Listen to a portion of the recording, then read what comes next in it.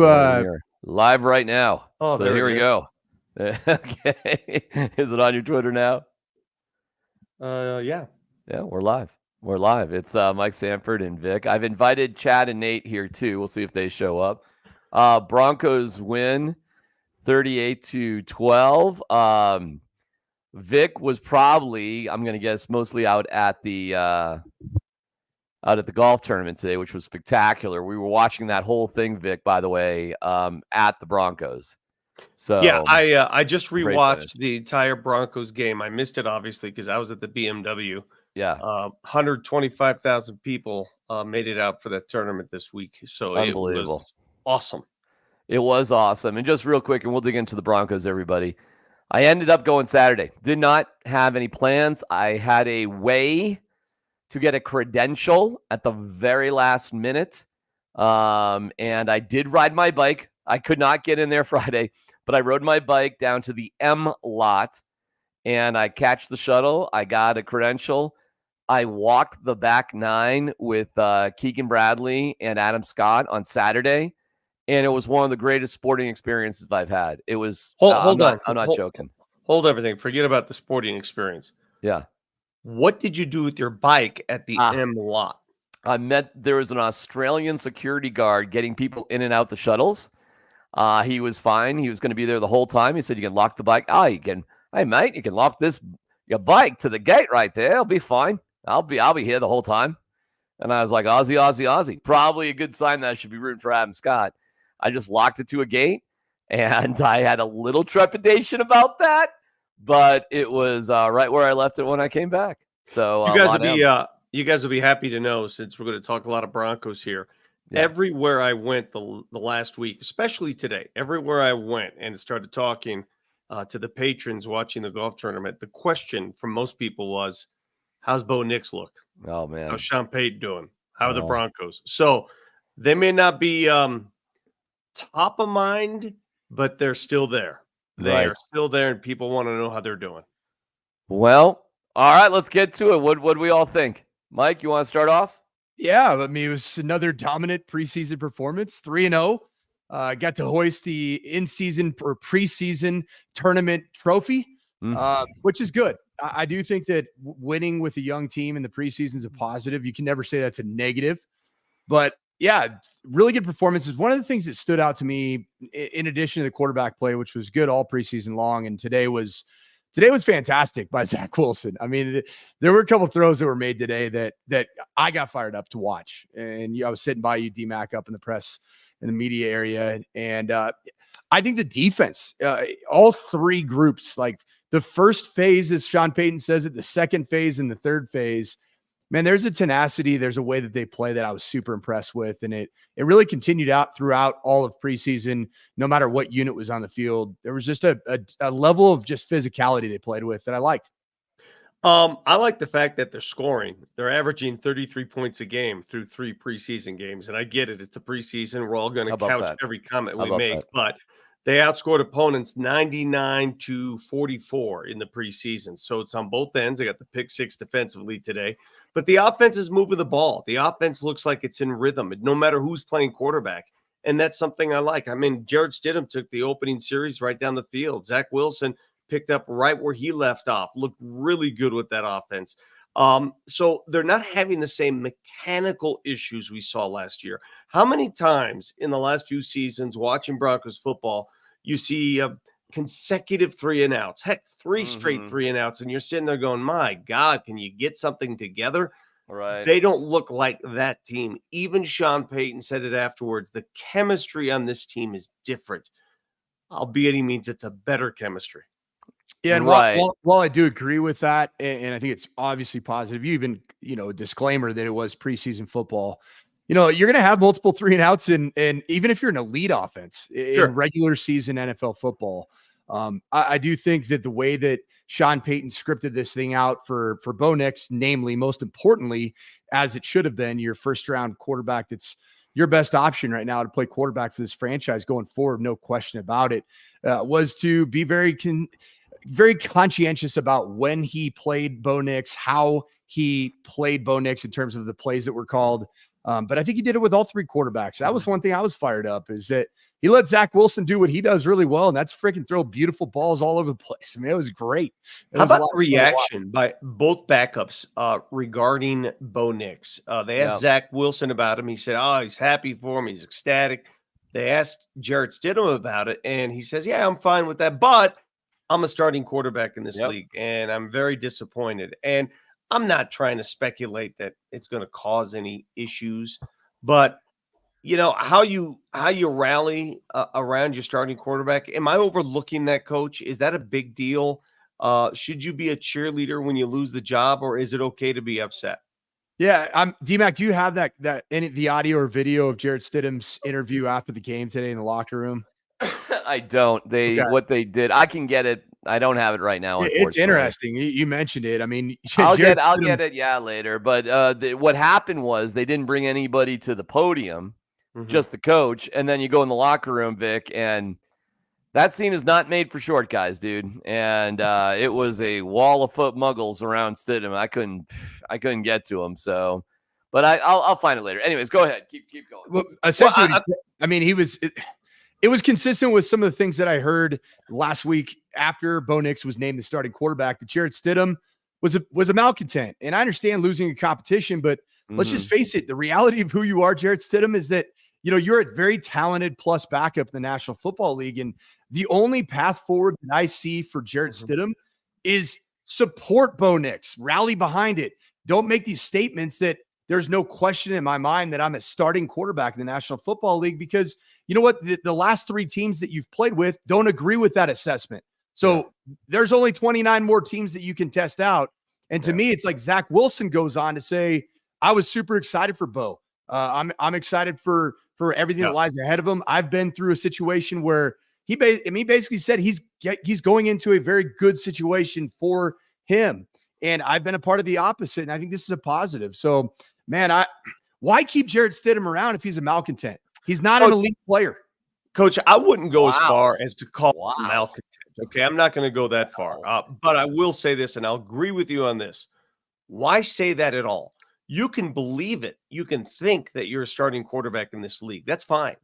If you don't have that confidence, you shouldn't be in the league. You're fine. But to say it time and time again, especially after the rookie's named the starter, what are you trying to accomplish there? Are you trying to send a message?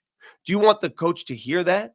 Do you want other teams to hear that? What does that accomplish to tell people time and time again, I'm a starting quarterback in this league? That's the question I keep asking. Does he want out? All right, let me play. I found it from Andrew Mason. I mean, this looks up. I have some good stuff, but I can do it this way too. So here he is talking about it. I mean, first of all, obviously I was very disappointed. I know I'm a starting quarterback in this league. I have zero doubts about that. And, it just didn't shake out my way. But I know what kind of player I am, kind of person I am. And like I said earlier, I'll be ready to go if I need to be. And, like I said, I have no doubts that I'm a starting caliber quarterback in this league. That is not. I don't know. He's not a happy camper there, but I don't know if he's a malcontent. That doesn't make him sound like a malcontent. He's just disappointed. Well, what would you label? How would you label him? I wouldn't think that interview made him a malcontent. Yeah. It was being at practice last week, seeing body language, and then it being backed up by that being the newsworthy clipping from the post game. I mean, that's not who Jarrett Stidham needs to be. Like, DMac, you said this on your program on PhD. He is the glue guy. Well, dude, you can't be the glue guy if you're a me guy. There's no such thing. Those two worlds don't mesh. And I've been around quarterback competitions. I've lost one myself at Boise State my senior year. I went out every day with my mouth shut and did everything I could with my play to prove to everybody that I should have been the starting quarterback. Never verbalized it. I never went in front of a microphone and said it. Well, I did have Mike Kliss comes up to me and he goes, well, that was interesting with Jarrett Stidham today. And that caught me by surprise.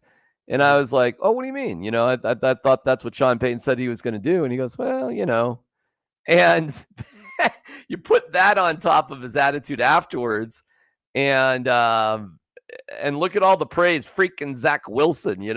Sean Payton praising Zach Wilson. Freaking Zach Wilson now. The last amazing. And you're like, Huh. Interesting. It is kind of interesting. Well, So Peyton did say his first response today, of course, was regarding the three quarterbacks. And I have it. he I have it. intimated, yeah. Yep. Listen to me. Does this sound like a coach who's going to keep all three? Okay. And will finances play a role in all the decision with the No, I quarterback just room? heard it on the radio. We're not. No, we've got enough money to. I understand the question. We feel comfortable with those three quarterbacks. I think I've told you already. I see the three of them making it. All right. So. Okay. Well, what do you think? You think he's true to his word? My first thought is that's one of two things. Either, yeah, all three will make it, or B, he's going to let the rest of the league know all three will make it just in case there's some trade bait between now and Tuesday. Bingo. Yeah. And I think Stidham knows that too. And I will say, having watched way more preseason NFL football than I probably ever have in my life and probably will again, there's some really bad number two quarterbacks in this NFL. Yeah, and right. I mean, if I watch Logan Woodside play anymore for the Bengals, I might vomit. Easton Stick for the Chargers. Like, there are some bad number two quarterbacks in the league. And frankly, I do think that the Broncos have a really good quarterback room. Now, do they have the elite number one? We're gonna F around and find out. We're gonna find out in Seattle, man. That's the bottom line. That's the thing I'm so excited about. I have some more Sean Payton and Vic. You talked about the encourage thing. It's another. Listen, it's another dumping on Russell Wilson. Let's face it. I mean, that's what's going on here. But here we go. Is there anything in particular that surprised you specifically about this preseason, or did things more or less go the way that you expected? Well, things never go how you expect overall. Did anything surprise me during the preseason? I don't know if there were any surprises. I would say I'm encouraged with not only the rookie class relative to the draft picks, but some of the new players that came in that were signed in free agency. And then overall, the makeup and chemistry of this team, I would say it's entirely different from a year ago. And so that's not a surprise, but it's something you notice, you feel, and that's encouraging. Suck on that, Russell Wilson. Yeah, well, that's 100%. Now, it may not be a direct shot at Russell, but it's a shot at the circus-like atmosphere that we had in Denver coming off the year before, where there were two teams. There were two corporations going at it. There was Corporation Russell Wilson and then the Denver Broncos trying to coexist. And so Sean Payton came in, stomped his foot on the Russell Wilson Corp, and here we are. This is what he wants. This is what he likes. It's the very reason why he also purged some of the other veterans. He wants to do things his way, and he doesn't want anybody speaking up against it. So it could be a reason why Justin Simmons is not here. That's what I think.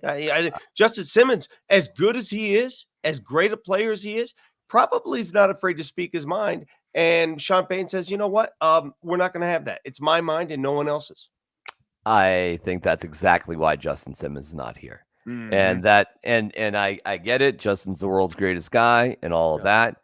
He's also got an opinion, and he's not afraid to share it. And he was a leader in there, and it just wasn't good. So it probably wasn't great from the Russell Wilson end of things, according to Sean Payton. And Mike, it probably wasn't good on the Justin Simmons end of things, according to Sean Payton too. Vic, you're probably right about that. That was by far my biggest surprise. The very first in-person practice that I attended for the Broncos period was OTAs. When I was out there at OTAs, I think I even jumped on your program, DMac, and I just talked about I had this vision of the environment, the culture, the atmosphere of this roster being kind of negative or walking on eggshells. Man, I thought the environment all the way back to OTAs was really positive. Like you could see that there was there's a cohesion, there's a business-like approach to when they're practicing, but you can tell there's a core of young players, veterans that are, frankly, probably not been superstars in this league that are really enjoying this process of building this new Broncos era together. And that is a palpable feeling that you get when you're out there watching these guys practice every single day. And I think it showed up in preseason. All right, here's the next 24, 48 hours. Here's what's going to go on. Yeah, meetings in the morning. Players come in then, tape, meetings again with George. there may or may not be some early waivers, and then Tuesday by 2. So a lot of tape. And then to the second part of your question, there's projected cuts from each team, but our ability to look, I think paying attention to that wire is important, and we've historically had success. That's where we found Taysom Hill. Midnight, 1:30 in the morning, whatever time it was. We're looking at one player, and you start looking at something. So hopefully we've got a good area or good foundation relative to, who it is that becomes available. And there's a handful of positions we might have more of an interest in if they were to unfold that way. So that's a lot in a short period of time. I understand that. But if we're doing our homework correctly, we should be on top of that. Coach. All right. Well, who makes the team and who doesn't? I can give you the guys, by the way, who didn't dress today, if we want a little primer and what we think about it. 28 of them, or is it 31? It's a lot. Do you want them all? I can go through it really quick. From Parker Gabriel, Jonathan Cooper, Tremont Smith. Tremont Smith, Vic. Big time special teams value. I was going to say his special teams value. I'm sure the special teams coach, like any position coach, they give the coach a list. Here are the guys I need. Here are the guys that I have to have. And I'm sure he's on that list. Sean Price says, "Hey, you got one. You got one sacred cow. Ben count weekend. That's Tremont Smith." Pat Surtain, PJ Locke, Bo Nix, Josh Reynolds is actually fighting a little bit of an injury. Tim Patrick, Cortland Sutton, little Jordan Humphrey, Marvin Mims, Michael Burton, sacred cow, that running back. Riley Moss, and we should note Damari Mathis got hurt. Yeah. However, it was, I guess, a little scarier than it really was. They think he's going to be okay. Samaje Perine, Jaquan McMillan, Javonte Williams, Jaleel McLaughlin, Alex Singleton, Luke Wattenberg, Michael Glinchey, Garrett Bowles, Ben Powers, Quinn Miners, Greg Dulcich, Adam Troutman, DJ Jones, Malcolm Roach, John Franklin Myers, and Zach Allen. Meanwhile, Brandon Jones and Levi Wallace were in uniform, but I don't know if they even play that much. Can I raise my hand on one of those? You mentioned Samaje Perine. Just because he didn't play doesn't assure him making the team. It could be one of those situations. They don't want to get him hurt. They don't want to do an injury settlement. So if they were to cut him, or if they were to trade him, or if something were to happen, they don't want to risk any injury whatsoever. Okay. I'd agree with that. And man, I'm pretty excited about this running back room, man. Javonte Williams he looks good. He's explosive. Jaleel McLaughlin's my favorite player on this entire roster. Yeah. He's the most explosive player. He's the most explosive player on the team. Yeah, I'm obsessed with his work habits, man. Everything about him. And then I thought Blake Watson was phenomenal today. I thought he was really good. He ran behind his pads, did a lot of stuff. Tyler Beatty. And then Audric Estime's, I think he's already won the starting job as the 3rd and 1, 4th and 1, or goal line type back. I think he won that in preseason game 1 in the 2 opportunities he had to convert short yardage and goal line situations. He looked good on that opening drive today. 31 total yards on the opening drive, but I especially like the way he caught the ball. The ball turning his body around. For a big fella, he's got soft hands. I watched him obviously in Notre Dame, but he's going to have to do a lot more of that in the pros, and I thought he handled himself accordingly today. From our guy, Matt, did Brandon Johnson make the 53 today, or at the very least earn a practice squad jersey? I was hanging out, me and, a million other muggles around Brandon Johnson. He's another big dude. Like, they're all big. It's crazy, right? Like, outside of Marvin Mims, they're all big. He could fit in with the outside 2 guys on this podcast right here. Good point. Damn. But I don't know. Brandon Johnson had a hell of a day today. Zach Wilson was what you talk about it. That catch from Zach. First of all, were you more impressed, Coach? And Coach, you're going to be biased here because you're a quarterback. Were you more impressed with the throw or the catch? For me, it was the catch. Catch, because he had the DB just like, I don't know what the DB was doing. First of all, I in years past, before they changed all the rules of the game where you get, flagged, fined, all this stuff. If that is 10 years ago, Brandon Johnson might have been decapitated in that situation. But the new rules of the game, you got the DB doing, this, trying to prevent him from seeing the ball. Yeah. Again, 10 years ago, you just hit the receiver in the face. I actually think that the first downfield throw that Zach Wilson threw to Brandon Johnson was a better throw. It was a better decision. That one was coming, I guess, to the north side, I believe. And Brandon Johnson was stopped like on the 1 yard line. That was a really good play. But, the touchdown pass that he threw to Brandon Johnson. So that was a cover 2 look. So you have a safety it's cover 2 for a reason. He's got a half of the field. And Michael Bandy was running straight down the slot as the bender. And then outside was Brandon Johnson. And you had a 2-on-1 fast break on that safety that was playing a half field. And Zach Wilson did a really good job of like freezing him by staring down Bandy. He checked his feet just enough. And I think if Zach Wilson were to have that throwback, he would actually throw it 3 yards further outside. To the outside. To the outside. But that's like a distraction drill teach tape for Brandon Johnson as a wide receiver, because he like snuck behind and underneath the safety that was kind of in no man's land. That was big time. Brandon Johnson was my favorite. The first 2 weeks of training camp, Brandon Johnson was my favorite receiver in terms of production and practice. I love this dude. Like Sean Payton at the podium said, this guy's a grinder. He's a worker. Yep. And you can see it. The guy was the second leading touchdown receiver for the Broncos last season. Like it's unbelievable, man. Like that guy's he's just gonna keep showing up. So why is he playing into the second half of the third preseason game? I mean, he's always knocking on that door. Why is little Jordan Humphrey getting the day off and not Brandon Johnson, if that's the case? I mean, to support little Jordan Humphrey, like he was really good in training camp too. The practice, like he had a ton of production, at practice. So I don't know the answer to that, Vic. I think he's probably going to clear waivers. So he is a practice squad guy. That's where he started the year last year. And then he's ended up second on the team in touchdowns. He's just a guy that's just going to keep on knocking the door, kick it down, and eventually he finds his breakthrough. All right. Do we care that the Broncos went undefeated in the preseason? No, I care more about how they played. I mean, even had they lost that game today in some manner. I like the way the offense is moving. I really do. 3-0, you have to set habits, and they've set good habits. And I've enjoyed the rhythm of the offense. I've enjoyed the way each quarterback has found some success, whatever success you define. So 3-0 is great. Doesn't get you a damn thing, but I like where they're headed. I'd agree wholeheartedly. Yeah, I don't think that the 3-0 makes any bit of difference. Like 3-0, the Broncos, 0-3, the Chiefs. Like it is what it is. I just look at it as everybody's got a different intent for preseason games. And the Broncos' intent as a young football team was, to see what they have in real life situations and to build confidence and play a certain style of efficiency on offense, physicality on defense. And to your point, Vic, like that, those things showed up. The kicking game was really good. I think it's a positive, but I think it's going to feel a lot different, guys. I mean, I'm just telling, like, the opening game is going to feel a lot different. And we know that. You guys have been covering this team for a lot longer than I have. But well, why don't you share with everybody like what you said to me about the Sean Payton in the press room afterwards? Yeah, I was actually going to ask you this question. So, DMac, do you have like any more just from today, Sean Payton? Yeah, or is it, have we as a matter of fact, I do. Vic, I want you to study some.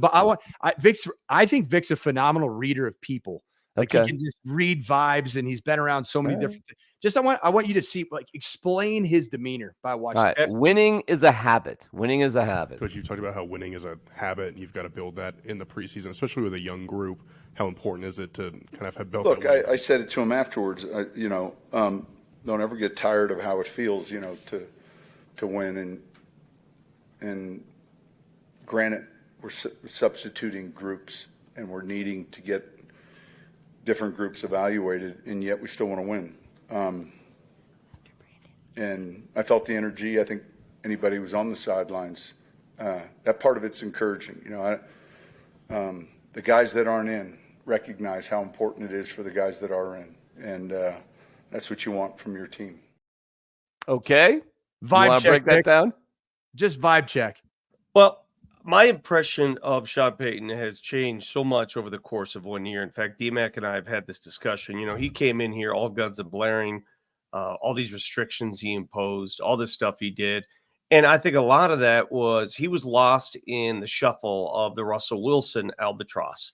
And he had to get out of that. He got out of it. Now he can be his own man again. He's a little more relaxed. Last night, I actually spent some quality time with Sean Payton. Whoa! He made Wait, we're 25 minutes into the show. You were waiting on this one. I didn't glean anything from it, but he made a trip over to a charity fundraiser that I helped raise some funds for the Morgan Adams Foundation, which helps benefit the fight against children's cancer. With Peter Schaefer, you're out there, right? Yeah. And he was kind enough. He, in the middle of you know how it is the night before a game, Coach, sure. albeit just a preseason game, they had a team meeting, and then between the team meeting and the coaches' meetings, he took the time to drive to this place. Wow. And he dropped off an autographed Broncos helmet. And not only took the time to do that, but took time to shake some hands, talk to some people. Still, with something in the back of his mind, I got to get back. I got to get to these meetings. But he seems more at ease. He seems more, this is his team now. It's got his fingerprints on it. And if you don't jive with his fingerprints, you gone. That's why we started this whole show tonight with the Jarrett Stidham thing. Jarrett Stidham's got to watch what he says. Because if you say something that Sean Payton doesn't like, he will not hesitate to say goodbye.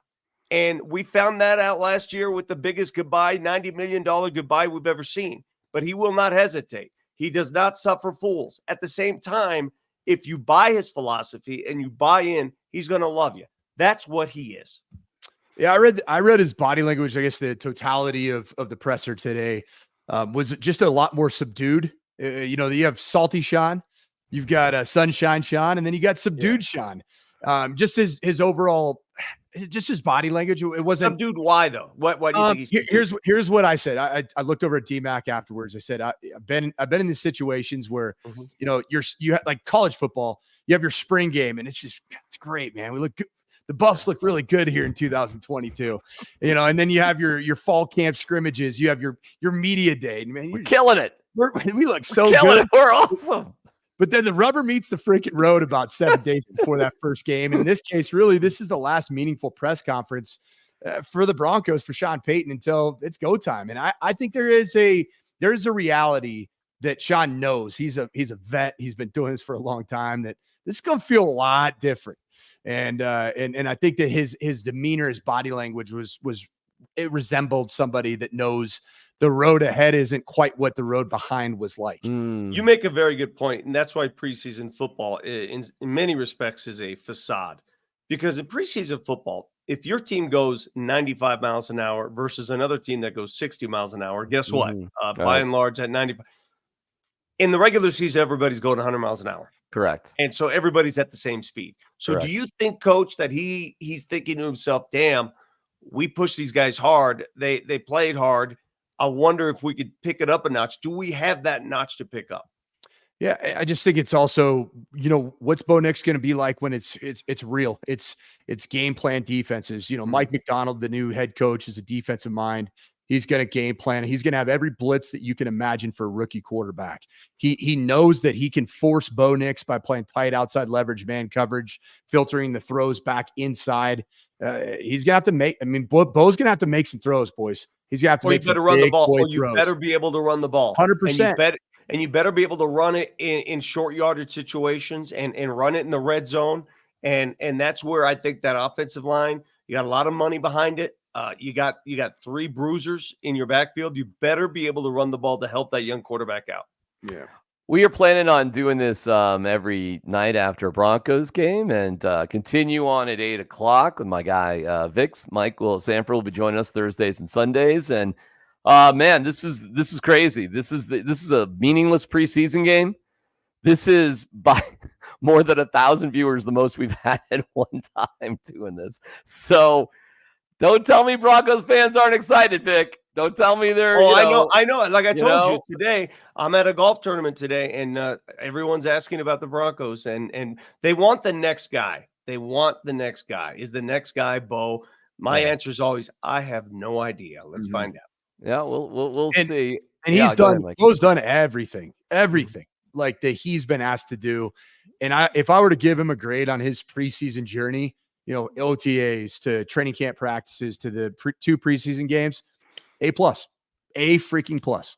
And I think that's hats off to Bo, his preparation. Do you guys actually have any concerns? I mean, of course you're concerned if they're going to win, right? I get I have that. major concerns, because Major it is concerns. because the regular season. I Mhm. see a comment here. It gets real soon. It does. It gets freaking Yeah. real. I got And some I concerns at felt that safety and linebacker. Safety and linebacker, I'm wondering if they're deep enough at those positions. Do they have a tight end? Do they have a reliable tight end? Well, do they have a tight end that can remain injury free? Those are concerns that we've had for years. I don't know the answer to that question. Yeah, I have major concerns. One offensive line injury. Holy cow! Hold on. Like, I don't even know if you want to run your franchise quarterback behind one or two offensive line injuries, because you guys saw Zach Wilson today. I mean, that's why I thought today's performance was pretty impressive. Man, he was he was out there running for life, for his dear life. There were times. Yeah. It was wild. All right. I'll let everybody. We got tons of people watching. We really appreciate it. We'll maybe go longer during the regular season, but Vic's got to get up early. You must be exhausted, Vic. You've had a weekend, brother. I've had You've a great week. It's Yeah. a memorable week. It's been a wonderful week. Early in the morning, late at night, but it's well worth it. I love golf. I love watching those pros. And by the way, little tidbit as we say goodnight, it's coming back. Now, they'll never announce it. They won't make it official.